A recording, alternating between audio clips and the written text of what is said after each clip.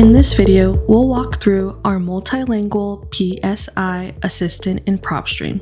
This feature helps you analyze property details, making it easier to understand property information and make informed real estate decisions.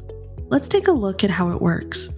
To access this feature in PropStream, click on a subject property address or the Details button.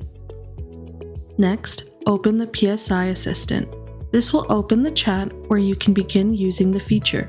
Within this chat, you'll be able to ask questions in your preferred language, have real-time streaming responses from the assistant, conduct smarter comparable analysis, instantly read ownership information, and understand property details without manual data sifting.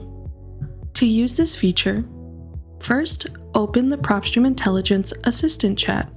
Next, ask your question about the subject property. Then, the AI tool will generate real-time information and analysis breakdown tailored to the individual property and its details, including MLS info. Using this feature allows you to conduct smarter comparable analysis, instantly gain ownership information, and understand property details without manual data sifting. This can help you make more informed decisions when researching properties or contacting owners.